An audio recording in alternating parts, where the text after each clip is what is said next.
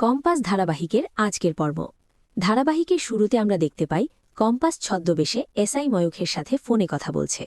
তখনই কম্পাস শান্ত স্বরে বলে সব ব্যবস্থা ঠিক আছে কিনা, আর এসআই ময়ূখ দৃঢ়ভাবে জানায় যে সব প্রস্তুত, নিমাই এবার প্রমাণসহ ধরা পড়বেই এবং প্ল্যান অনুযায়ী একটুও এদিক ওদিক করা যাবে না। তখন কম্পাস ভরসার সুরে বলে সব ঠিকঠাক চললে পয়লা বৈশাখ সবাই মিলে আনন্দ করা যাবে। অন্যদিকে আমরা দেখতে পাই অভিজ্ঞানবাবু ও মুক্তিমাসি গভীর উদ্বেগে ফোনে কথা বলছে। তখন অভিজ্ঞানবাবু চিন্তিত হয়ে বলে নিজের চোখে দেখা কবর দেওয়ার পরও কম্পাস কিভাবে বেঁচে থাকতে পারে এটা তার মাথায় ঢুকছে না। তখন মুক্তিমাসি সন্দেহের সুরে বলে বিহান কেন বলছে ত্রিলোচন টিকটিকি ওকে ফোন করেছে, তার মনে হচ্ছে কোথাও না কোথাও বড় গণ্ডগোল আছে, হয়তো যাদের টাকা দেওয়া হয়েছিল তারাই বেইমানি করেছে। পরক্ষণে অভিজ্ঞানবাবু সিদ্ধান্তমূলক ভঙ্গিতে বলে এখনই সেখানে গিয়ে সত্যিটা দেখা দরকার।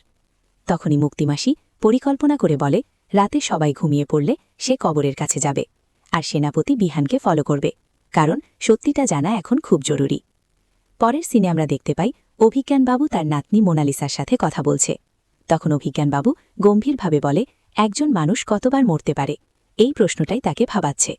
তখন মোনালিসা অবাক হয়ে বলে সে কিছুই বুঝতে পারছে না, মৃত মানুষ কি আবার বেঁচে উঠতে পারে?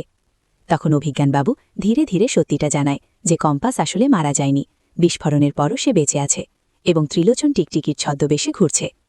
তখন মোনালিসা হতবাক হয়ে বলে এত বড় ঘটনা তার থেকে কেন লুকানো হলো, এমনকি দ্বিতীয়বার মারার পরিকল্পনাও করা হয়েছে, অথচ তাকে কিছুই জানানো হয়নি। তখন অভিজ্ঞানবাবু শান্তভাবে বলে তাকে এসব ঝামেলা থেকে দূরে রাখতেই এমনটা করা হয়েছে। তখন মোনালিসা দৃঢ় কণ্ঠে বলে বিহানকে যদি সে নিজের জীবনে চায় তাহলে সব সত্য জানা তার প্রয়োজন। অপরদিকে আমরা দেখতে পাই মুক্তিমাসি সেনাপতিকে নিয়ে পরিকল্পনা করছে। তখন মুক্তিমাসি চিন্তিতভাবে বলে তাকে নিজে গিয়ে দেখতে হবে কবরের নিচে সত্যিই কম্পাসের দেহ আছে কিনা। তখন সেনাপতি দুশ্চিন্তায় বলে এত রাতে সেখানে যাওয়া বিপজ্জনক হতে পারে, আর যাদের দিয়ে কাজ করানো হয়েছিল তারা তো নিশ্চিত করেছিল সব ঠিক হয়েছে।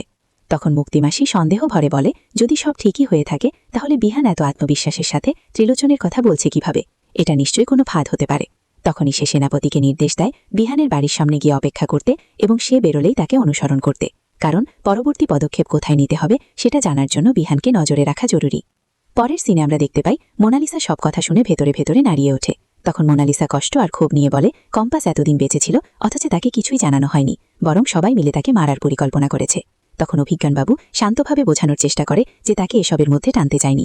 তখন মোনালিসা দৃঢ়ভাবে বলে সে আর অন্ধকারে থাকতে চায় না, সব সত্য জানতেই হবে। শেষ সিনে আমরা দেখতে পাই গভীর রাতে মুক্তিমাসি টর্চ হাতে জঙ্গলের মধ্যে সেই কবরের জায়গায় পৌঁছায়।